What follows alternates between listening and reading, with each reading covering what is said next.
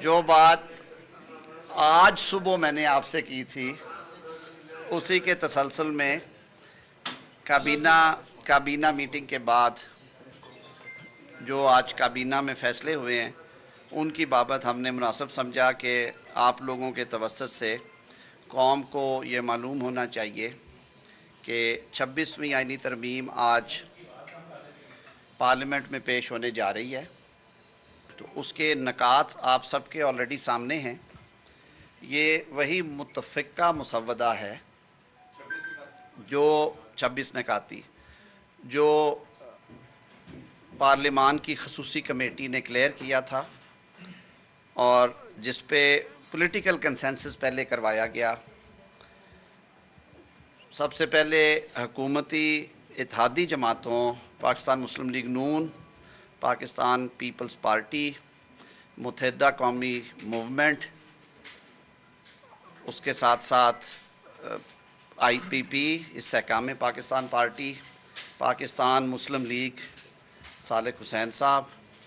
इसी तरह अवामी national party Emil वली ख़ान साहब, मुस्लिम लीग ज़िया एजाज़ुल हक साहब, नेशनल पार्टी बुलीदी साहब और फुलैन साहब मालिक बलोच साहब की खसूसी हदायत पे, और जो हमारे दीगर, मेरे ख़्याल में अगर अता साहब मैं कोई नाम भूल रहा हूँ तो मेरी तस्दीक कर दीजिएगा। MQM का मैं नाम ले चुका हूँ। सबसे बड़ा हमारे जो हलीफ हैं बलूचिस्तान अवामी पार्टी, जनाब खालिद मक्सी साहब और जनाब मंसूर काकड़ साहब, ये सारे जो पार्लिमानी लीडरान हैं, इन्होंने आपकी नॉलेज में है कि मुख्तलिफ़ औकात में मीटिंग्स की। जो स्पीकर नेशनल असम्बली ने एक स्पेशल कमेटी बनाई थी जिसके मैंडेट में ये कॉन्स्टिट्यूशन के हवाले से इनके अमेंडमेंट्स को भी देखना था। सैयद खुर्शीद शाह साहब ने बड़े तहम्मुल से ये सारा अमल जारी रखा और इस सारी काविश को पाया तकमील तक पहुंचाने के लिए चेयरमैन पीपल्स पार्टी जनाब बिलावल भुट्टो साहब की जो अनथक मेहनत और काविशें और कोशिश हैं, जो उन्होंने ना सिर्फ इत्तेहादी जमातों को इंगेज किया बल्कि अक्रॉस द आयल भी उन्होंने अपनी इंगेजमेंट रखी। और जमीयत उलमा इस्लाम पाकिस्तान के सरबरा मौलाना फजलुर रहमान साहब से कांस्टेंट इंगेजमेंट रखी। जो आइनी पैकेज का ब्रेक थ्रू मैं कहूँगा, वो हमारे इत्तेहादी जमातों ने जो एक लार्जर मुसव्वदा दिया था उसको निगोशिएट किया बिलावल भुट्टो ज़रदारी साहब ने कराची में, जो उनकी मीटिंग्स हुई जमीयत उलमा इस्लाम के कायद और उनकी लीगल टीम से। और आपको याद है उसके फॉलो अप में फिर दूसरी मीटिंग हुई जाती उमरा लाहौर में, जहाँ पे पाकिस्तान मुस्लिम लीग नवाज़ के सरबरा जनाब मियाँ मोहम्मद नवाज़ शरीफ साहब, पाकिस्तान पीपल्स पार्टी के सरबरा जनाब बिलावल भुट्टो ज़रदारी साहब और हमारे जो दोनों जमातों के आइनी अहदेदारान हैं, सदर मुमलिकत सदर आसफ़ अली ज़रदारी साहब और वज़ीर आज़म पाकिस्तान, अपनी अपनी टीमों के हमरा वहाँ मौजूद थे। वहाँ पे फिर मौलाना फजलुर रहमान साहब और उनकी लीगल टीम से एक तवील मुशावरत हुई। उसके बाद हमने प्रेस टॉक भी की थी जिसमें उन्होंने इस अंदिया दिया था कि हमारा लार्जर जो है वो इत्तफ़ाक़ राय हो गया। वापस आके फिर हमने अपने इत्तेहादी जमातों को कॉन्फिडेंस में लिया इस मुसव्वदे पे, और आज काबीना ने जिस मुसव्वदे की मंजूरी दी है ये वही मुत्तफ़िका मुसव्वदा है। अलबत्ता जमीयत उलमा इस्लाम पाकिस्तान ने जो 5 तरामीम हैं सजेस्ट की हैं, जो कि आइन में इस्लामिक प्रोविजंस के हवाले से उनमें कुछ क्लैरिटी लाने के लिए शरीयत कोर्ट के वो जजेस जो कि सुप्रीम कोर्ट में जज अपॉइंट होने के अहल हों, उनके बारे में एक क्लॉज़, आइन खामोश था, वो क्लॉज़ डाली गई है। इस्लामी नज़रियाती काउंसिल की जो रिपोर्ट्स आती हैं लेजिस्लेशन के हवाले से, उसकी टाइमलाइन 2 साल थी, उसको 1 साल किया गया। जो शरीयत कोर्ट की जजमेंट है रिबा के बारे में, वो ट्रांसलेट नहीं थी हो रही प्रिंसिपल ऑफ पॉलिसीज़ में, उसको वहाँ पे ट्रांसलेट किया गया। जो शरीयत कोर्ट की अपील सुप्रीम कोर्ट में जाती है उसके मैनर में कुछ इबहम था, उसको दूर किया गया। तो वो अमेंडमेंट्स आज उन्होंने हमें इन्फॉर्म किया है,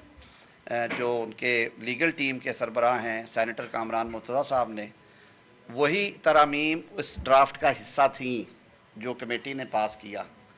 तो वो तरामीम इंशाअल्लाह उल अज़ीज़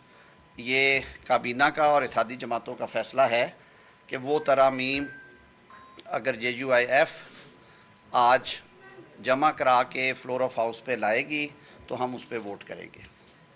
बाकी चीज़ें वही हैं जिसमें आइनी बेंचेस हैं सुप्रीम कोर्ट की सतह पे, और सूबों में भी आइनी बेंचेस का मेकनिज़म प्रोवाइड कर दिया गया है रेलेवेंट प्रोविजन दे के,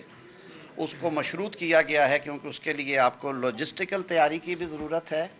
और उसके लिए ज़रूरत भी देखनी है कि आया वहाँ पे लिटिगेशन या उस कैटेगरी के वो जो ओरिजिनल जुरिस्डिक्शन की हद तक वो महदूद होगी, एक्सरसाइज ऑफ ओरिजिनल जुरिस्डिक्शन जिसमें 199 की 2 शिक्के हैं, वो अगर कायम होती हैं तो उसको कायम करने से पहले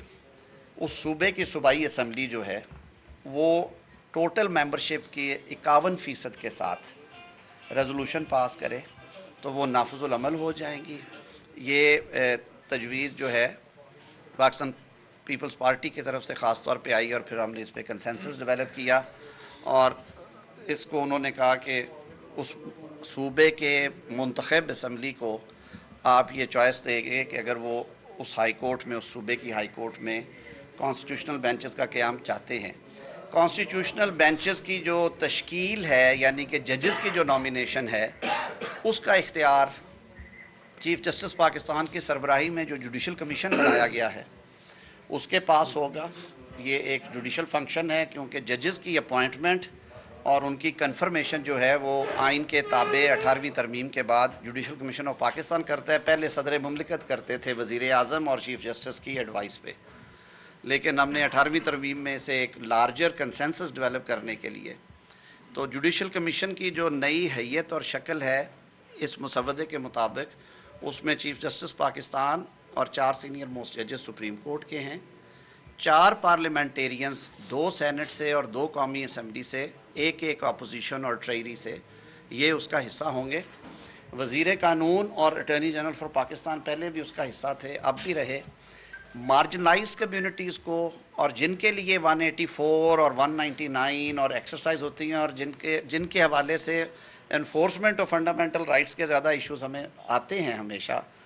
अक़लियतें यानी कि गैर मुस्लिम जो हमारी बरादरी है पाकिस्तान में और ख़वातीन, ये स्पीकर कौमी असम्बली नॉमिनेट करेंगे गैर मुस्लिम या ख़ातून में से, पार्लियामेंट से बाहर से एक ऐसी शख्सियत को जो क्वालिफ़ाई करते हों कि वो मुंतखब हो सके एज़ ए टेक्नोक्रेट सेनेट के लिए। उसकी वजह ये थी कि हमारा ख़्याल था कि उनकी इनपुट बेहतर होगी, उसके लिए रेलेवेंट फील्ड में 20 साल का तजर्बा है, वो अच्छी शोहरत के हामिल हों और उनकी पब्लिकेशंस और बहुत सारी चीज़ें हैं। तो इस तरह से सिविल सोसाइटी को भी उसका हिस्सा बनाया गया है।